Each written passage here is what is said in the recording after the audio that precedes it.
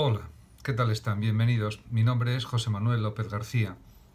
Experiencia de la belleza. En este vídeo les voy a hablar de lo que se entiende por experiencia de lo bello.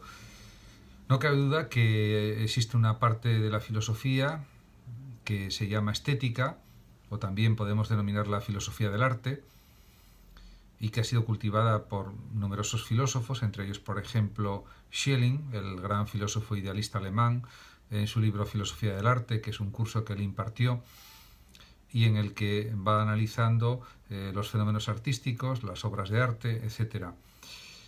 No cabe duda que el origen de la experiencia estética está en nuestra capacidad de emocionarnos ante la belleza. Ha habido distintos pensadores, como ya señalé anteriormente, como Burke, como Schelling, como Kant, como otros muchos, por supuesto Platón, Aristóteles, en el arte poética, también se ocupó de estas cuestiones, etcétera, etcétera. Y realmente es un tema que siempre ha apasionado a los filósofos, a los pensadores, y se entiende por qué. Y en la antigüedad griega pues había una especie de atención especial a las cosas bellas, a la belleza. No en vano, la tríada de ideas fundamentales para Platón son el bien, la verdad y la belleza. Por lo tanto, es indudable que el fenómeno artístico siempre debe ser objeto de análisis, de estudio, de disfrute, etc. Una obra de arte es una creación humana que ha sido elaborada con el propósito de crear belleza.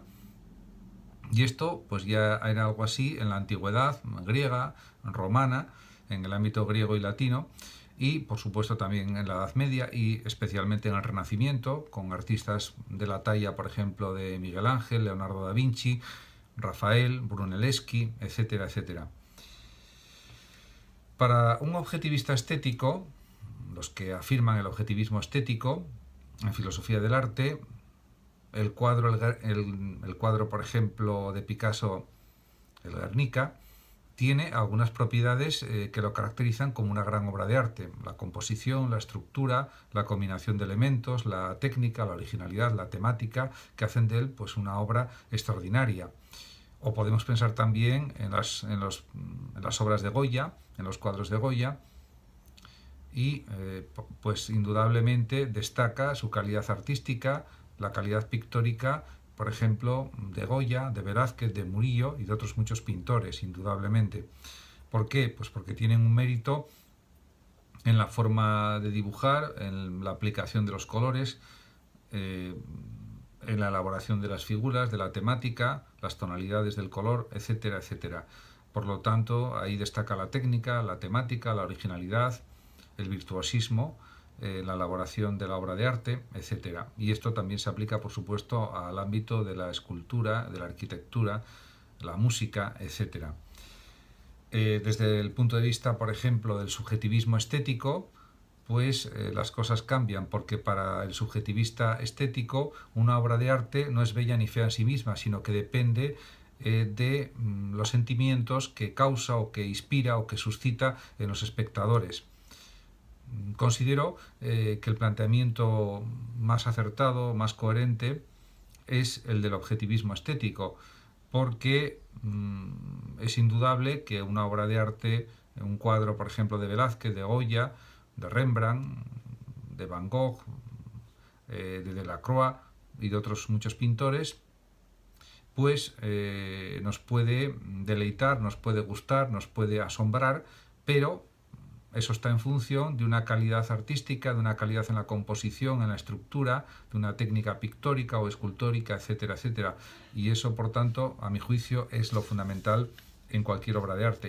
Y lo mismo se puede decir del ámbito de la música o en el campo del cine, por ejemplo. Realmente la exquisitez en la producción artística, la proporción, la armonía de las formas, de los colores, etcétera, de la propia música, pues es lo que hace que una obra de arte pues impresione, sea admirada, etcétera. Por supuesto, ha habido numerosísimas interpretaciones de lo que es el arte, de lo que es la belleza a lo largo de la historia. Por eso también existe una disciplina de la filosofía que se llama historia de la estética. Y pues también cabe decir que existen numerosas interpretaciones de lo estético del arte. Una de ellas, por ejemplo, es la interpretación formalista, que considera que el elemento fundamental de una obra de arte es su estructura y su composición. Se podría decir que esta interpretación formal o formalista está muy unida o puede unirse al objetivismo en el arte, porque señala como lo fundamental la composición y la estructura, lo mismo que dice más o menos el objetivismo. Y luego también hay otra teoría que afirma que lo importante en el arte es la expresión. Sería la teoría expresionista, que considera o estima que el valor de una obra de arte está en su capacidad para expresar emociones y sentimientos, con lo cual se observa rápidamente que esta interpretación, esta valoración encaja perfectamente con el subjetivismo, con que la obra de arte debe emocionar y provocar sentimientos, pero esas emociones, esos sentimientos son causados, en mi opinión, precisamente por la calidad de la obra de arte. Por ejemplo, en la antigüedad, las obras de un pintor griego antiguo, Zeuxis, pues se dice, según la leyenda, que los pájaros se acercaban a picotear las uvas que él pintaba. ¿Por qué? Pues porque tenían un realismo increíble, tremendo, y confundía a las aves. Bueno, es un ejemplo quizás pues bueno, discutible, interpretable, pero en cualquier caso da una idea de que la perfección en el arte, o el acercarse a la perfección y a la producción de grandísimas obras con una calidad realmente increíble, eso es lo que da lugar pues al gran arte. Y en ese sentido yo creo que el objetivismo formalista es lo que habría que considerar en primer lugar, lo que no impide que también se pueda considerar como valioso el expresionismo propio de la actitud subjetiva o subjetivista en cuanto a la interpretación y la valoración de las obras artísticas.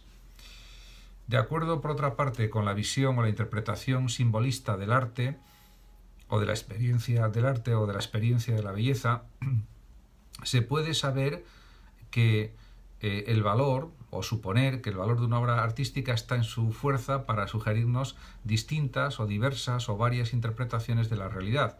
Y esto pues está bien.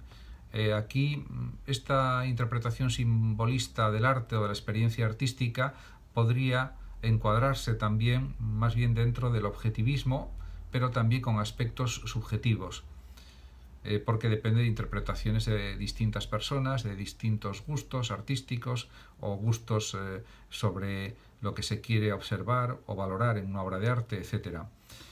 De todas formas, el arte también no cabe duda de que está basado en la armonía, en la proporción, en la coherencia y también, por supuesto, en la imitación de la naturaleza. En la antigua Grecia se crearon obras artísticas, por ejemplo, de una extraordinaria calidad.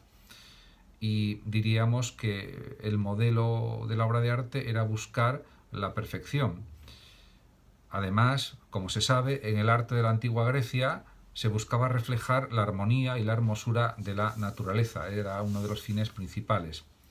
Esto fue cambiando ya al llegar la Edad Media, con la cristiandad medieval. En la cristiandad del medievo, las obras de arte debían esforzarse por reflejar o mostrar la belleza del mundo natural, en el que, según los pintores de inspiración cristiana, escultores, etc., se manifestaba la grandeza de la creación divina, se entiende. Además, se sabe que todo el arte medieval tiene un profundo contenido simbólico que trata de acercarnos a Dios. Eso se observa perfectamente en las catedrales góticas, en las catedrales en las iglesias románicas, etcétera, etcétera. Además, está claro que si dejamos atrás el simbolismo característico del arte medieval, en el Renacimiento, en los siglos XIV, XV, XVI, los artistas trataron, además, de mostrar en sus obras una visión realista de la naturaleza. Y esto lo intentaron conseguir, como por ejemplo es el caso de Leonardo da Vinci, con la utilización de la técnica de la perspectiva en la pintura, por ejemplo, y por eso se introdujo esta técnica, que permitía representar el mundo desde el punto de vista del observador. Y eso causaba un mayor realismo en las artes, diríamos, visuales, figurativas, como son, por ejemplo, la pintura y la escultura fundamentalmente.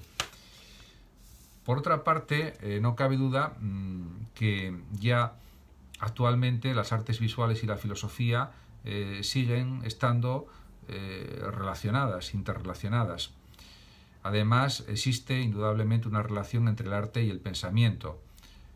Las artes visuales incluían tradicionalmente la pintura, la escultura y la arquitectura, pero hoy en día se puede afirmar que también ha surgido pues, una nueva forma de entender el arte, o han surgido unas nuevas formas de expresión artística que las podemos considerar como arte, como son, por ejemplo, la fotografía, el cine o la videocreación, ya que serían manifestaciones artísticas visuales.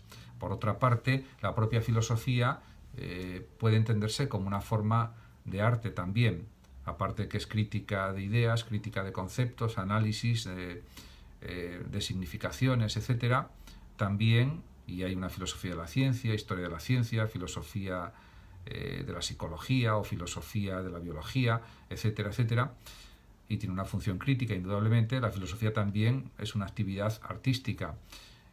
Así, por ejemplo, lo afirma Daniel Innerarity en su libro La filosofía, por ejemplo, la filosofía como una de las bellas artes. Este es el título de este libro muy conocido de Daniel Innerarity. En cualquier caso, existe una parte de la filosofía que se llama estética o filosofía del arte. Muchísimas gracias por su atención a todos. Saludos a los oyentes de Radio Sofando de México.